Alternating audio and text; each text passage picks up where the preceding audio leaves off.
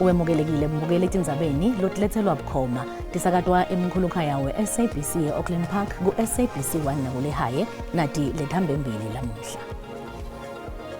I was not aware of an investigation into the PKTT. Lobeka inhloko ye-IDEC Advocate Andrea Johnson utiphikile tinsolo letithi bekanelwati mayelana nekuhlakatwa kwelitsimba beliphenya kabanti ngekubulawa kwabosopolitiki i-PKTT. They are not off the hook. They are going to be required to perform between now and the second tranche. Indvuna yelitiko letemafa inogodongwana ithi bomasipala labangemashumi lamane nemfica batawucala kutfola timali tabo letibanjwe ngumgcini mafa kusukela ngalwesihlanu kuleliviki lelisetulu. Consideration, we have decided to relocate our home back to Northwest Province. Imarumo Gallants lenemceceshi lomusha sayitawudlala imidlalo yayo eRoyal Bafokeng eNorthwest kule season lecala ngemgcibelo.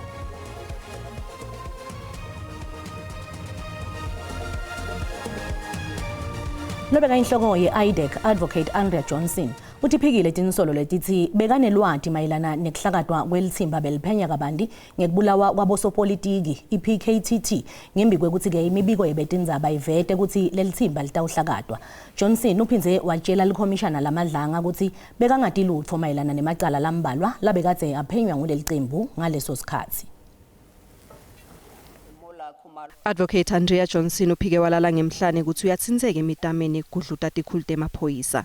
Kanzi uthi bekasime emniningwaneni lebu yakubafokisi nemiculo etiphakamiso bekaniketwa yona. I was not aware of an investigation into the PKTT. I've made sure I've checked with those who are the custodians of the documents that if I missed something, the project manager would at the very least have been able to refresh my mind and indicate, ID, we actually do have an investigation and this is what it is. Commissioner Sandile Khumalo uthi kuyakhathata ukuthi kubonakala ngathi kunesandla sesithathu ekusebenzeni kwe-IDEC. It looks like there was a hidden hand driving IDEC's investigations into crime intelligence and PKTT. And the question is who and what is that hidden hand? In the manner that it comes forward, and given the fact that I've also indicated I have not seen an investigation and we don't have one into the political killings task team, the project manager who sits with all of the documentation confirms the same, as does Mr. Padiachi. The question that I am unable to answer for you. Umsebenzi wale commissioner uyachubeka. Liqembu le-ANC liyawuvumisa umsebenzi lomuhle weguqula simo samasipala waseThekwini lohola ngusodolobha Cyril Xaba. Mapalane jikelele we-ANC ifikile mbalula uthi-ke simo setimali talo masipala setisimeme kanye nekwetfula kwetidzingo ncanti sevele-ke kuqaliswe embili. Labo-ke labatabe bagacele tikhundla telukhetfo labo masipala labasiphohlongo kanye-ke nemadolobha lamancane batawumenyetelwa emavikini lamabili lalandzelako yi-ANC. Etindzabeni tavelonke i-ANC ivakalise kusekela somlomo weParliament Thokotidiza lobukunene sishukumiso sekungamethembi. National Working Committee also defends the Speaker of the National Assembly against the motion of no confidence. Faced with litigation between two parties, she may later preside over. The correct and constitutional thing was precisely what she did. Not to take a side. Etinkingeni tekungena nekuphuma nalaba bemishuco i-ANC ibona abahleli imbisi bayo bacekela phansi isithundi sayelive emhlaba wonke. The organizers and funders must understand they are eroding our standing as a safe home for the tourist and the investor and isolating us from our own continent. And when South Africa stands alone, it will not succeed. Mhlathelishumi lesihlanu enyangeni yengci i-ANC itawuthula umhlahlandlela wayo ukucedela amavoti eDiepsloot River Park ngaphambi kwaloko tikhulu talenhlangano titawuhambela bomasipala labakhulu labasiphohlongo bometela labo bebemelela lenhlangano njengabosodolobha. IDA kwaZulu Natal yamukele emakhansela lamabili labuya ku-ANC. Lenhlangano ithi lokhu kuluphawu lolukhomba ukuthi bantu bakhathatekile ngebuholi be-ANC kulesifundza. Lamakhansela emukelwe ngumholi walenhlangano kulesifundza Sithembiso Ngema. Kamuva i-ANC ixoshe elikhansela layo la ku-Ward 8 Marco Mbambo ilisola ngekuba yimbimbi ye-DA. Today we are proudly to welcome former ANC ward councillors into the Democratic Alliance ranks. David Ngubane is a ward councillor in Ward 16 here in eThekwini. Until last week, him and Councillor Marco Mbambo was the councillor in Ward 8.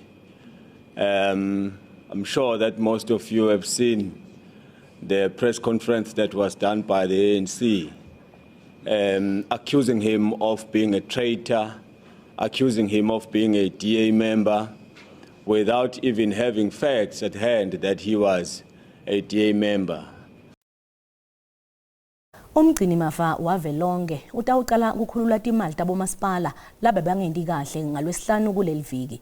Enkulumeni yenvuna yetemafa inogodongwana ngesikhathi ke ikhuluma nebetindzaba imemedele ukuthi bangemashumi lamabili bomasipala lese batitfolile timali babe ngemashumi lamane nemfica lebatawutfola timali nakuphela leli viki. Invuna igcizelele ukuthi ke nanobe letimali timgcokwa ekwethulweni kwetidzingo ncandi nemaholo ita nemigomo nemibandzela. Invuna yetemafa inogodongwana ikubeke kwacaca ukuthi kukhululwa kwetimali akukhutsati kungendi kahle kepha kunika labo masipala litfuba lesibili. They are not off the hook. They are going to be required to perform between now and the second tranche. Each municipality will receive a letter informing that municipality what are the conditions attached, what are the things it has got to do between now and the next tranche. Invuna hlabisa ithi kudlatshatiswa kwetimali etindlekweni letingakahlelelwa tona kuhambe mbili kuto tonke tingcinamba tabomasipala. All municipalities need to comply in terms of the law. When money has been allocated to them, it must be used accordingly. They must pay the services for water boards, ESCOM, pension fund, medical fund, and all other entities which they owe. Invuna ithi batawubuka ematiko netifundza letingendi kahle ngenyanga yenyoni lenabo bangahle batikhanza bagodlelwe timali.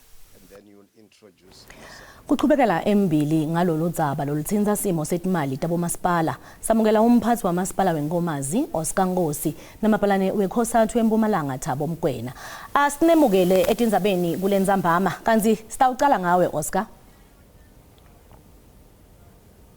Siyabingelela msakati sibingelele nababukele ekhaya siyabonga. Oscar ngabe ke simo senu setimali sesime njani njengoba ke umgcini mafa asakhulula letimali bekatibambile kude ke atokwenda kahle kangcono lo masipala? Kwanyalo simo samasipala sibuyele kulesijayelekile kodwa ke kufuna ukuthi sisho lento lokuthi masipala generally ukulesimo setimali lesi tight. So in as much as National Treasury I released imali yonke lebeka ebambile we released 2 weeks ago but kwanyalo masipala si manager ngesimo se lesi tight kakhulu. In other words yes mali sitholile kodwa kulonyaka timali lo setulu kufuneka ukuthi sisebende ngokuthi khandla ukuthi masipala abuyele esimeni lesi right. Kwanyalo simo stable. Lokubanjelwa timali bekungaphathelani yini nemibiko yekudlatshatiswa kwetimali etingetulu kwa 80 million namarandi lokwavunjululwa kwavedwa ama forensic embikweni ke wawo lokufaka ekhathi ke kuqashwa kwebantu bangakendiwa lihlolo lwelikhona ke kuphindze ke nekukhokhelwa kwetinkampani tingakawendi umsebenzi wakho bekungakaphathelani nako lokho?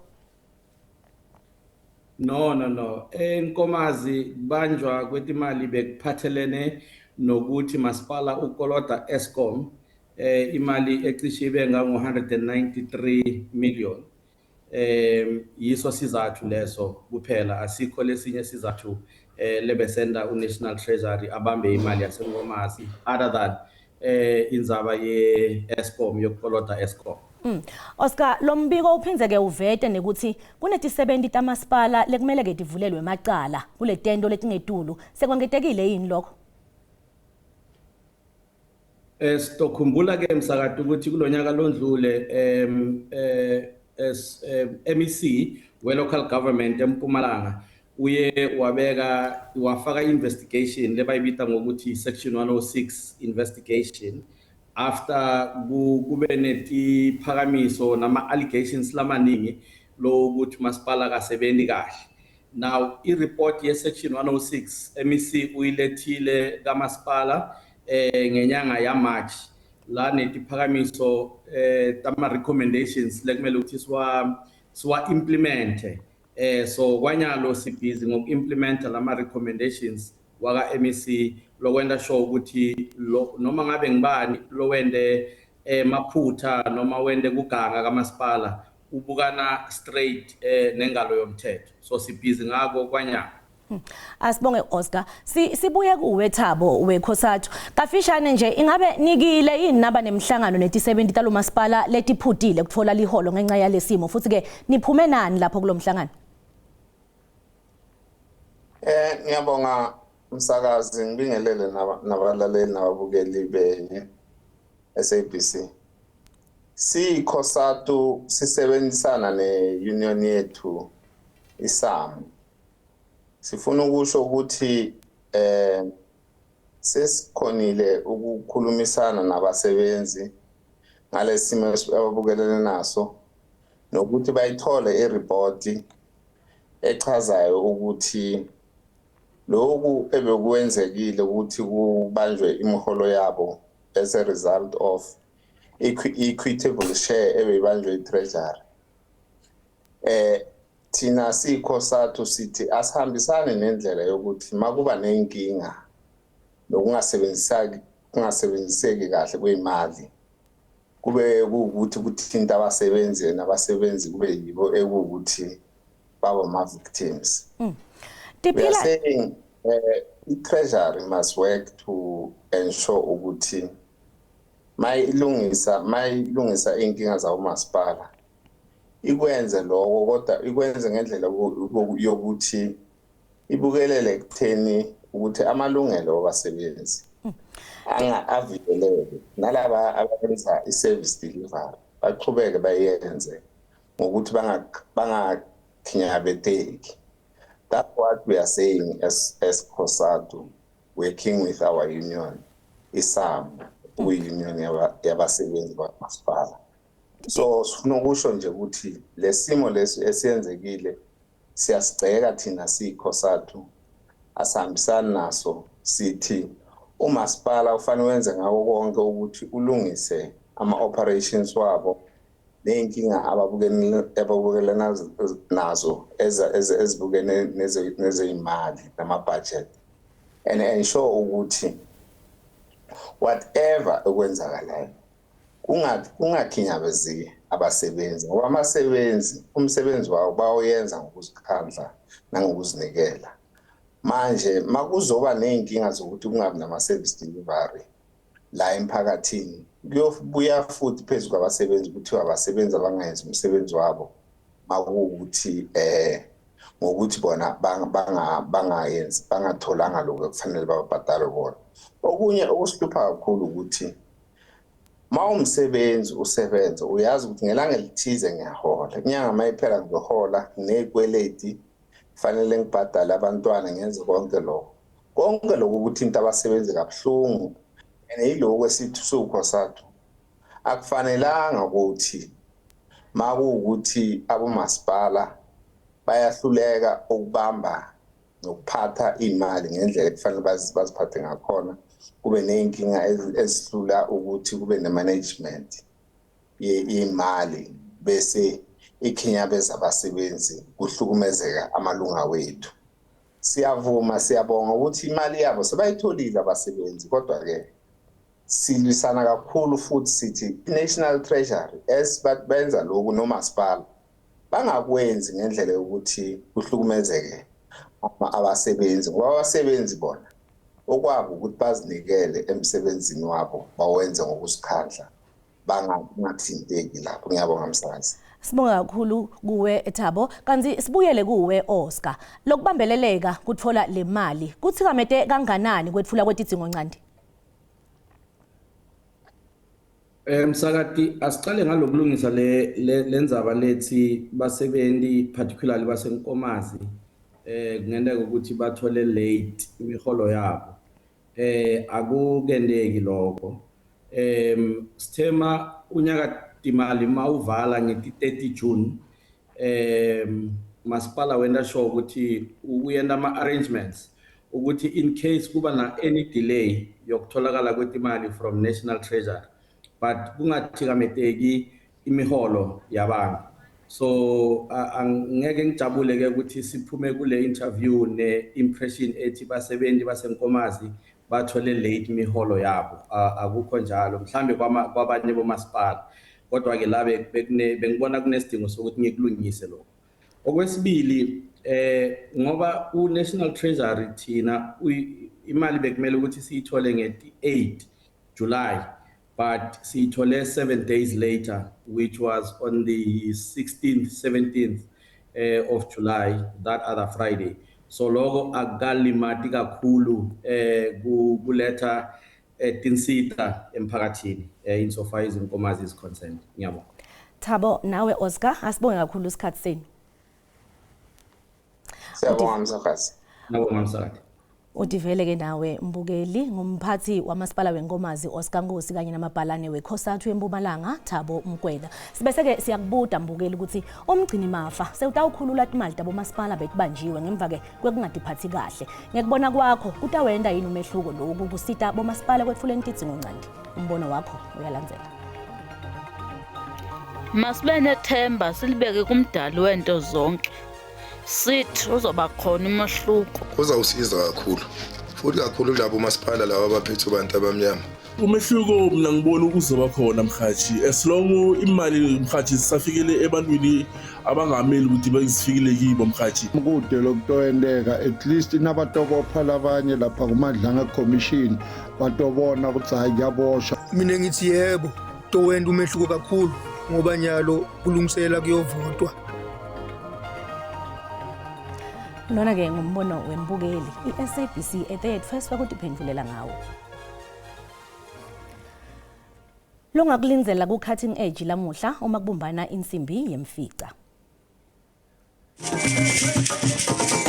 Abantu bayahlukunyezwa in the name of healing in South Africa. Khona izangoma ezizoshaya khona abanye baziyo ukuthi lona uyahlukumeza but where do they report? And had scars. I was bleeding kakhulu imvubu. Athi kimi no now I need to sleep with you ukuthi siyenze the final phase. Waripa umntana waripa ninja.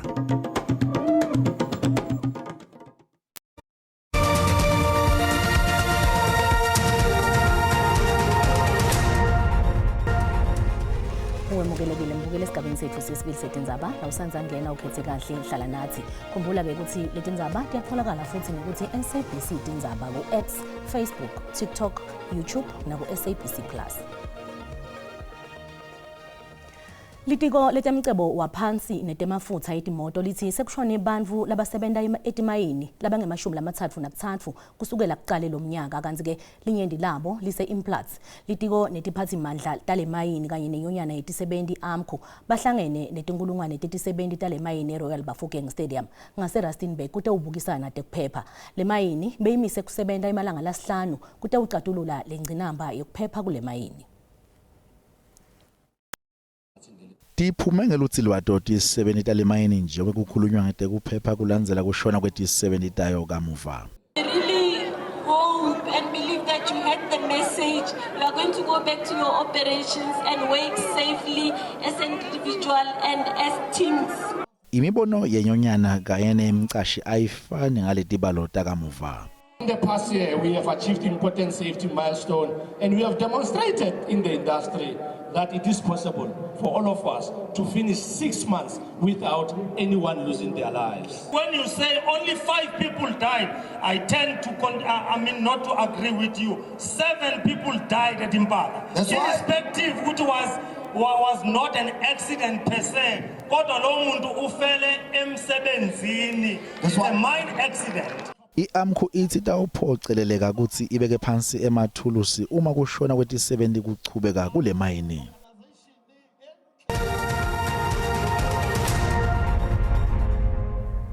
Nasivakashele emakethe etimali sithola ukuthi lirandi linyukile nalicathaniswa nedola laseMelika.